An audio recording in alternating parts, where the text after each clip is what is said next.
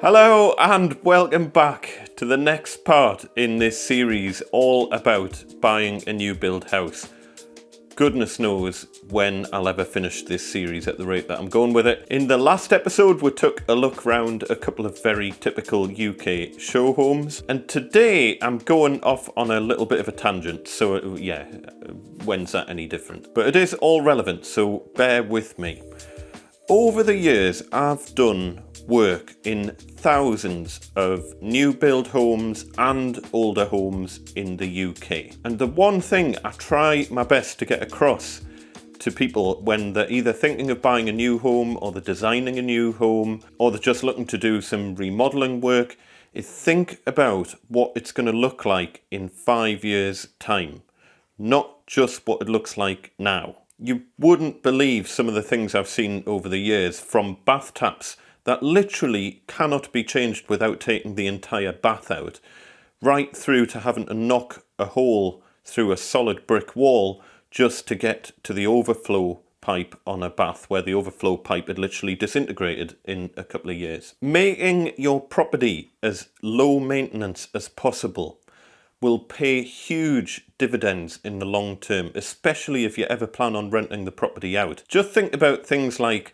how will you access pipework if there's a leak? How will you replace your taps in 5 to 10 years' time when they break? How long will your bathroom floors and walls last? How often are you going to have to redecorate? How long will that fancy shower screen last, and who's going to fix it if it breaks? And of course, who's going to replace that fancy toilet seat in 2 or 3 years' time that seems to be magically held onto the toilet with no fixings whatsoever? It sounds daft, but a great source of inspiration for low maintenance room design and home design is your local budget hotel group. In the UK, one of the cheapest and biggest budget hotel groups is Travelodge. They've got over 40,000 guest bedrooms. Travelodge are to low maintenance room design what IKEA are to low cost furniture. So I've come out to a busy little Travelodge in Southwark in central London. As far as I can work out, this particular Travelodge was last refurbished before 2013, so over 5 years ago. So this is a fairly standard family room, currently set up to sleep 4 people. The bathroom is where they've done most of the clever low maintenance stuff, and I'll show you that in a minute. Before I start, I'm going to be referring to MFC a lot, and by that I mean melamine face chipboard. It could be foil covered MDF or some other hard wearing composite material. So when I say MFC, I'm just using that as a bit of a generic term. So we've got the beds, obviously, 2 of which fold away under the main double bed. We've got a TV on the wall, dressing table, a small amount of hanging space for clothes, and a mirror. The headboard for the double bed is the first in our array of MFC furniture, and it also doubles up as a nice little storage and lighting solution as well. Not a lot to report on the joinery side of things, simple design skirtings and architraves, and obviously we've got a large fire door. Notice how the fire door has 2 hinges at the top and 1 at the bottom, and it's to compensate for the additional considerable forces imposed by the door closer at the top of the door. Obviously the room has guest controllable aircon as standard, plus its own HVAC system. There's also a little electric heater hidden under the dressing table for the colder winter months. The mirror is attached to a backing panel. Not only does this match the mirror on the dresser, but it also allows additional fixings to be hidden behind the mirror glass if needs be. The TV is an interesting one, as it's attached to a plinth that has a service panel built into it at the bottom. This makes installation and servicing a lot easier since you can hide all sorts behind there. Again, all finished in a matching MFC. The dressing table is effectively a large floating shelf. It's about 40mm thick and almost 2 meters wide, held on the wall with a softwood frame hidden underneath. Obviously hard to tell what it's made of, but I suspect some sort of MFC honeycomb construction with a stronger top to survive typical hotel abuse. The little floating shelf on the right hand side's a nice touch, but in reality it's just held in place with these black metal L brackets which are hidden by the wooden service panel underneath. Also, look at how the dressing table mirror is on a backing panel as well. Again, this keeps life simple for the electrician since the mirror can cover up any cables for the light. The hanging space is another MFC unit.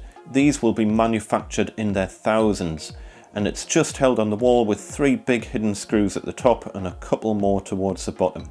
The curtain pole is the only surprising bit for me, and it looks like they've had to do some remedial work on this over time since both the backing board and the pole supports aren't particularly solid.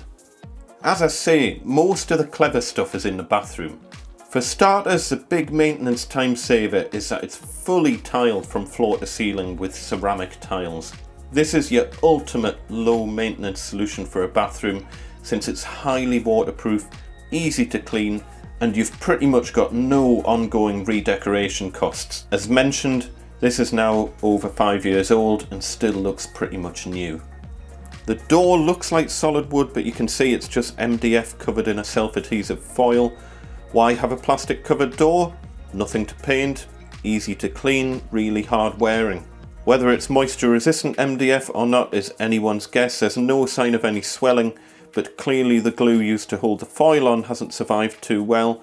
Doesn't really matter though, because it'll be cheaper to replace the whole door than attempt to fix it. It's just 3mm MDF, probably over some sort of honeycomb interior. Really lightweight. Quite impressed that they've bothered to use 3 heavy duty hinges on it, but again they'll have spent money here to reduce maintenance costs later down the line. And why have cups in the bathroom that need to be washed out all the time when you can just have disposable ones? Same goes for the shower screen. Fancy looking glass shower screens break and are expensive to maintain, whereas a shower curtain costs pennies to replace. It's even designed to be replaceable without having to take the pole down, which is quite nifty. The most expensive single thing in the bathroom is the Hansgrohe fittings for both the bath mixer tap, the shower and the basin tap. Why? Plumbers are more expensive than taps at the end of the day. I suspect they'll want to get at least 10 years out of these, and it wouldn't surprise me if they even have an arrangement with the manufacturers to guarantee that. That's something you can do if you buy 40,000 taps at the same time. Want to know what plumbing hardware to use? See what the big hotel groups are using, because trust me, it's much more expensive for them to have to shut a room down for a couple of days and wait for a plumber to come and replace taps than it is to put decent taps in the first place. Also, I could be wrong, but I suspect the reason they've gone for a shower over bath instead of a shower cubicle is since all the pipework is much easier to access and maintain. I also refer you back to my point about glass shower screens being both expensive to install and to maintain. The pipework for the basin is ultra simple, just a few flexi hoses straight into the service void at the back. This service void also gives an ultra secure fixing point for both the basin and the loo. Also, notice how they've gone for a wall hung loo. It's not because it looks fancy, it means the floor can be one continuous section of non-slip vinyl to minimise the chance of any leaks into the room below. The toilet cistern and all sorts of pipework can be neatly hidden in this service void at the back, easily accessible through the MFC panel at the top, ultra hard wearing, completely waterproof, and again everything is tiled so they never have to think about redecorating. Looks like at some point they've had halogen spots over the basin, but they've probably turned out to be more hassle than they're worth, so they've just capped them off.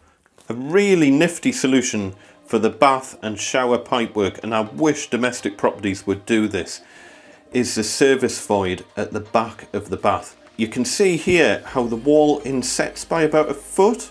That's since if you go round to the other side, every room has its own service hatch accessible from the main corridor, and that gives full access to all the pipework at the back of the bath, the taps, the shower head, the shaver socket, the central air conditioning, probably the main soil stack that everything drains into as well.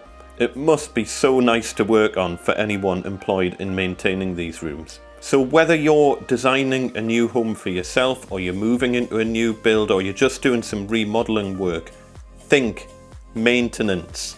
With just a little bit of thought, you can incorporate some of the nifty ideas used by the big hotel groups and do them in a prettier way in your own home. If you've had any involvement in the design, build or maintenance of hotels, please pop it in the comments below. It would be really interesting to hear some of the things that you've come across that just keep the maintenance side of things as low as possible. If you have any other good ideas for low maintenance home design, share it with us all in the comments below as well. For now, thank you so much for watching. If you're new to the channel, don't forget to hit subscribe. New videos twice a week. See you next time. Bye.